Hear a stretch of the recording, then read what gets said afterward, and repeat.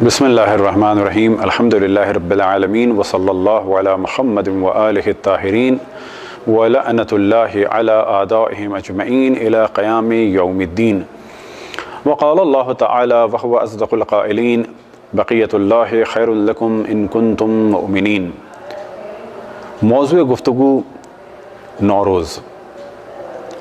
جیسا کہ آپ کے علم میں ہے کہ نوروز کہ جس کے معنی ہے نیا دن، پہلے گفتگو ہو اس عنوان سے کہ نوروز کے معنی کیا ہیں اور کس اعتبار سے یہ نیا دن ہے۔ اب اگر ہم قمری اعتبار سے دیکھیں تو ممکن ہے کہ کبھی نوروز پہلی تاریخ کو ہو، کبھی کسی اور تاریخ کو، اور اگر ہم عیسوی اعتبار سے دیکھیں تو ہمیشہ نوروز 21 مارچ کو ہوتا ہے۔ اب اگر 21 مارچ کو نوروز ہے تو پھر یہ نیا دن کس اعتبار سے ہے؟ یہ وہ سوال ہے جو بعض دفعہ بعض افراد کے ذہن میں آتا ہے۔ تو پہلے مرحلے میں توجہ دلائیں کہ دنیا میں مختلف کیلنڈرز ہیں۔ انڈیا کا کیلنڈر، اسی طرح سے ایران کا کیلنڈر، چائنا کا کیلنڈر، جاپان کا کیلنڈر، عیسوی کیلنڈر، اور اسی طرح سے کیلنڈروں کو پہلے مرحلے میں تقسیم کیا جاتا ہے لونر کیلنڈر کہ جس کا دار و مدار چاند پہ ہے، اور دوسرے کیلنڈر کا دار و مدار سورج کی گردش پہ ہے۔ جب ہم کہتے ہیں عیسوی سال تو اس کا دار و مدار سورج پر ہے، اور جب ہم کہتے ہیں قمری کیلنڈر تو اس کا دار و مدار چاند پر ہے۔ تو نوروز کیا ہے؟ تو ہم توجہ دلائیں کہ زمین کی ایک گردش ہوتی ہے خود اپنے جانب، اپنے گرد گھومتی ہے، اور اس گردش کے ذریعے سے دن اور رات وجود میں آتے ہیں۔ دوسری گردش کا تعلق ہے کہ جو زمین سورج کے گرد گھومتی ہے۔ زمین اپنے گرد ایک چکر لگاتی ہے، اور اس ایک چکر کو کہا جاتا ہے ایک دن اور ایک رات کا ایک دن۔ البتہ جہاں پر نارمل ڈیز ہوں، لیکن اگر قطب میں چلے جائیں تو وہاں اس کا حساب کتاب الگ ہے، لیکن زمین کا اپنے گرد جو ایک پھیرا یا ایک چکر یا ایک راؤنڈ ہے وہ 24 گھنٹے کا ہے، اور زمین کی ایک گردش ہے کہ خود سیارہ حرکت کرتا ہے اور سورج کے گرد گھومتا ہے، اور اس سے سال وجود میں آتا ہے، اور یہ تقریباً 365 دن کا ہوتا ہے۔ اور ان 365 دنوں کو عموماً کیلنڈروں میں ڈیوائیڈ کیا جاتا ہے 12 حصوں میں، اور 12 مہینے بنائے جاتے ہیں، اور ہر کیلنڈر میں یہ مسئلہ ہے تقریباً کہ کچھ دن 31 کے، کچھ دن 30 کے، اور آخر میں ایک لیپ ایئر رکھا جاتا ہے، کچھ جگہوں پر 5 سال کے بعد، کچھ جگہ پر 2 سال کے بعد، وہ ہر کیلنڈر میں الگ ہے تاکہ ان کی تعداد کو برابر کر دیا جائے۔ زمین کی گردش کو 12 حصوں میں ڈیوائیڈ کیا جاتا ہے، اور ہر حصے کو ایک برج کہا جاتا ہے، اور ان برجوں کے نام ہیں مختلف کیلنڈرز میں الگ الگ۔ جب زمین حرکت کرتے ہوئے پہنچتی ہے برج حمل میں، تو جیسے ہی برج حمل میں پہنچتی ہے تو یہ نیا دن ہے، اور جس لحظے زمین برج حمل میں داخل ہوتی ہے تو نئے دن کی ابتدا ہوتی ہے، اور اس نئے دن کو کہا جاتا ہے نوروز۔ اور جس وقت زمین اس برج میں داخل ہوتی ہے یعنی برج حمل میں، اس داخل ہونے کو کہا جاتا ہے تحویل،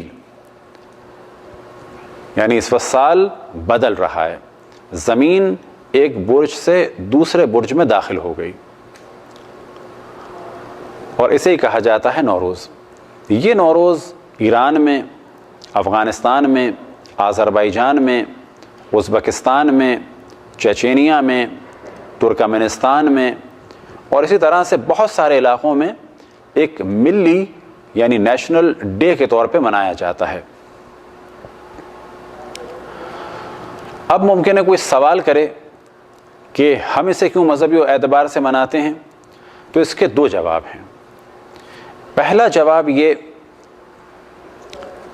کہ کسی بھی نبی اور امام سے اگر پوچھا جاتا کہ ہمارے علاقے میں ایک کیلنڈر ہے اور جب نیا دن شروع ہوتا ہے تو ہم کیا کریں، تو بلا شک جواب یہ آتا کہ نیا دن شروع ہوتا ہے تو اللہ سبحانہ و تعالیٰ کا ذکر کرو، نماز پڑھو، عبادت کرو، صدقہ دو، کار خیر انجام دو، اور اسی کے ساتھ ساتھ ایک دوسرے کا خیال کرو، ملنا ملانا رکھو۔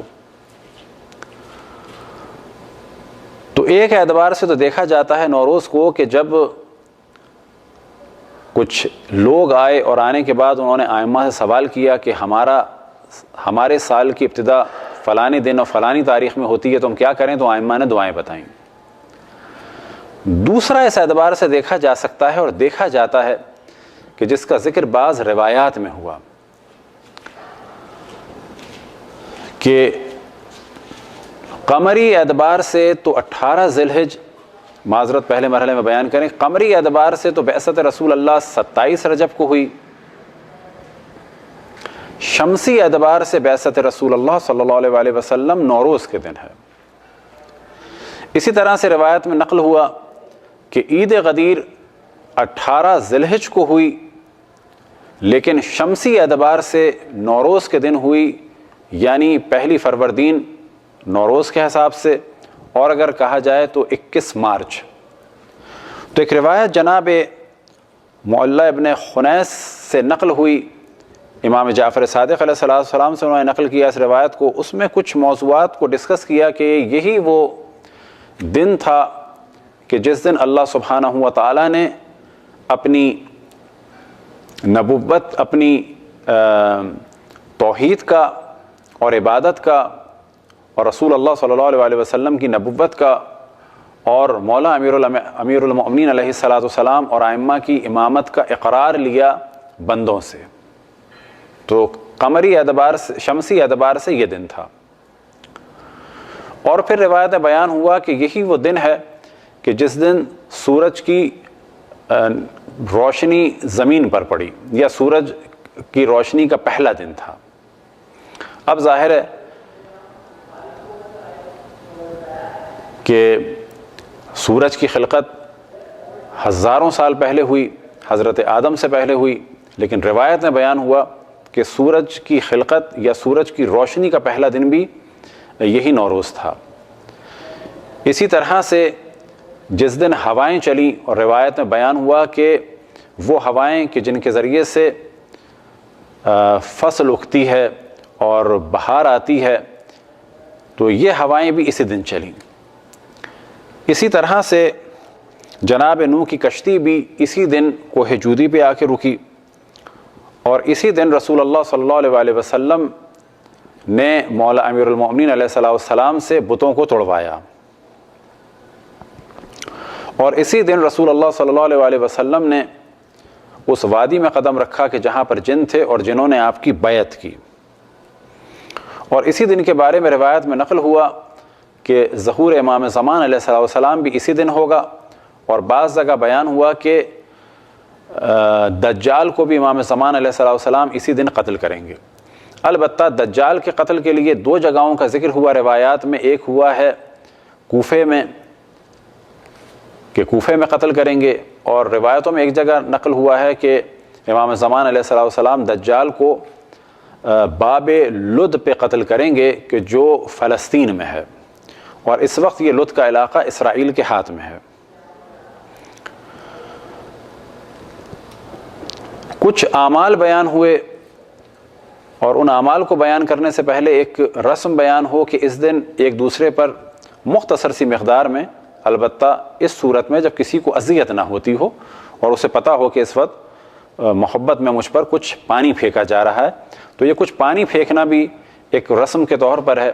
اور اس رسم کا دار و مدار ہے کہ روایت میں نقل ہوا کہ جناب حزقیل کہ جو اللہ سبحانہ و تعالیٰ کے ایک پیغمبر تھے، وہ ایک قریے سے گزرے کہ جہاں پر طاعون کی وجہ سے وہ پورا گاؤں ختم ہو چکا تھا۔ جب جناب حزقیل اس قریے سے گزرے تو آپ نے اللہ سبحانہ و تعالیٰ سے راز و نیاز کیا اور فرمایا کہ انہیں تو کیسے زندہ کرے گا، میں دیکھنا چاہتا ہوں۔ تو اللہ سبحانہ و تعالیٰ نے حکم دیا انہیں کہ ان مردوں پہ کچھ پانی پھینکو تو یہ زندہ ہو جائیں گے۔ تو انہوں نے مردوں پہ پانی ڈالا، اللہ سبحانہ و تعالیٰ سے دعا کی اور یہ مردے زندہ ہو گئے، اور ان کی عمریں 30 سال سے لے کر 70 سال تک بڑھ گئیں۔ جس دن یہ واقعہ ہوا تو روایتوں میں بیان ہوا کہ وہ بھی نوروز کا دن تھا، یعنی شمسی اعتبار سے وہ 21 مارچ کا دن تھا۔ تو ان تمام چیزوں کو مد نظر رکھا جائے تو احساس ہوتا ہے کہ یہ دن ایک متبرک دن ہے، لیکن اسی حد تک۔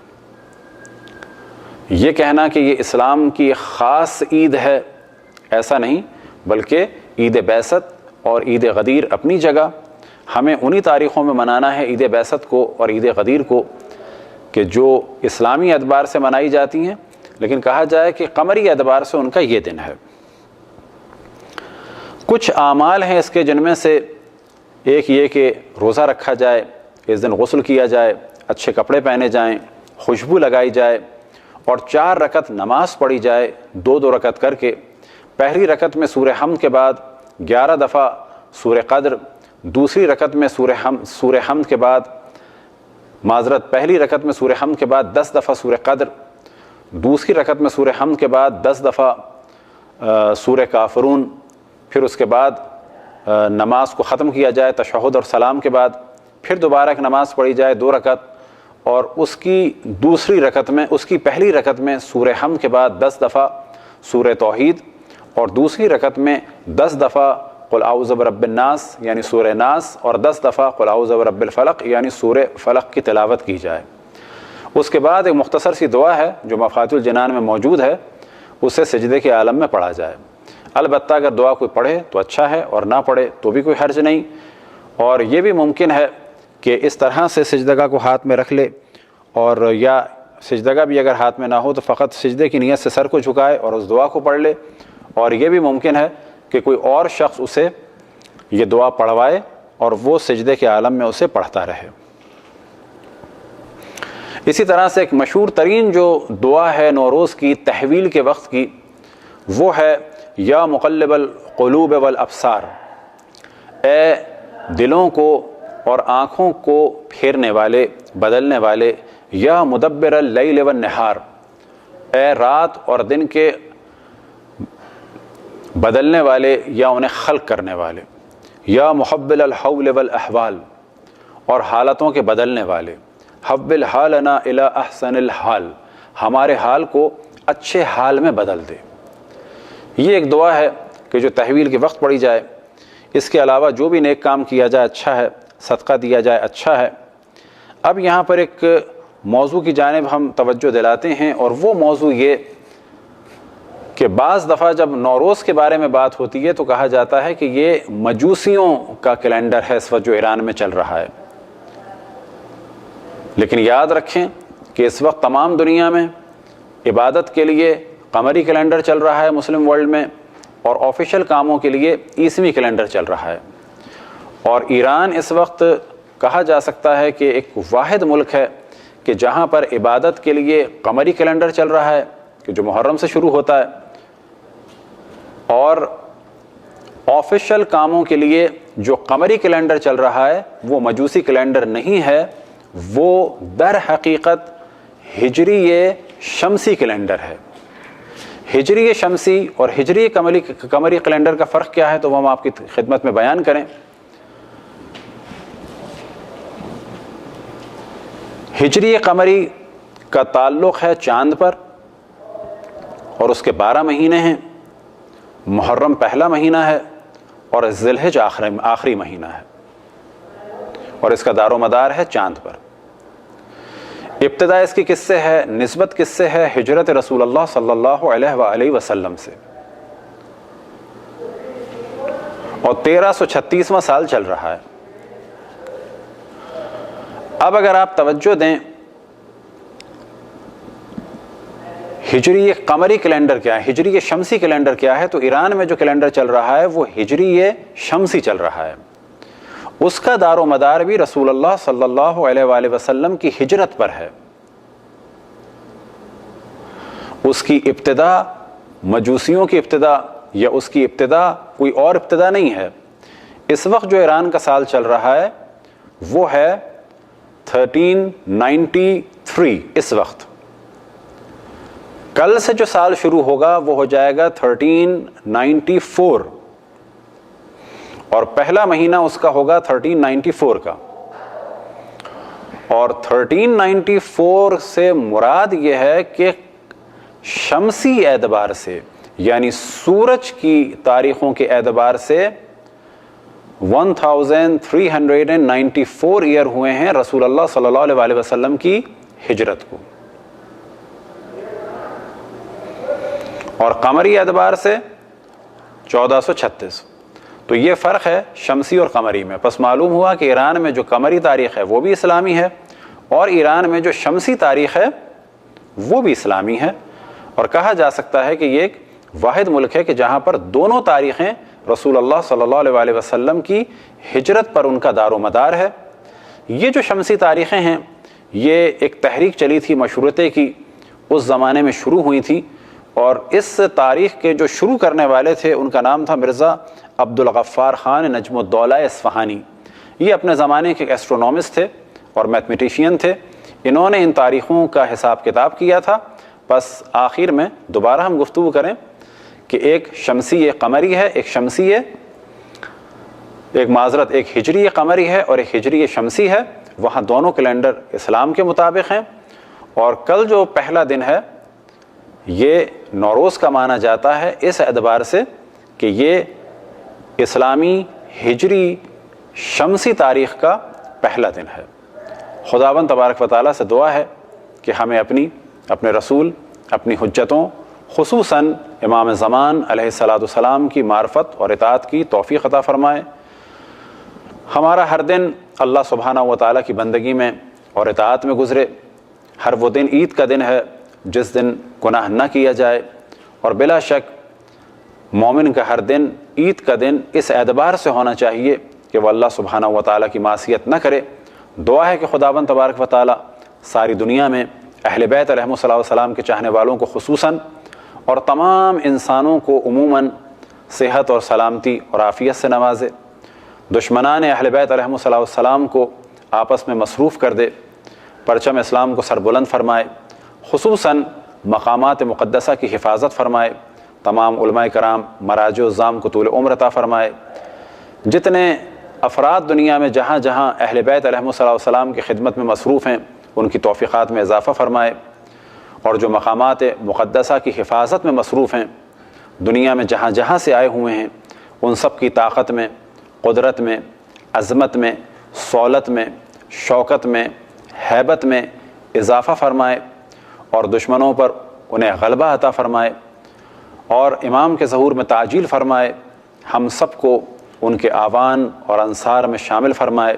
وصلی اللہ علی محمد وآلہ الطاہرین. برحمتک یا ارحم الراحمین وصلی اللہ علی محمد وآلہ الطاہرین.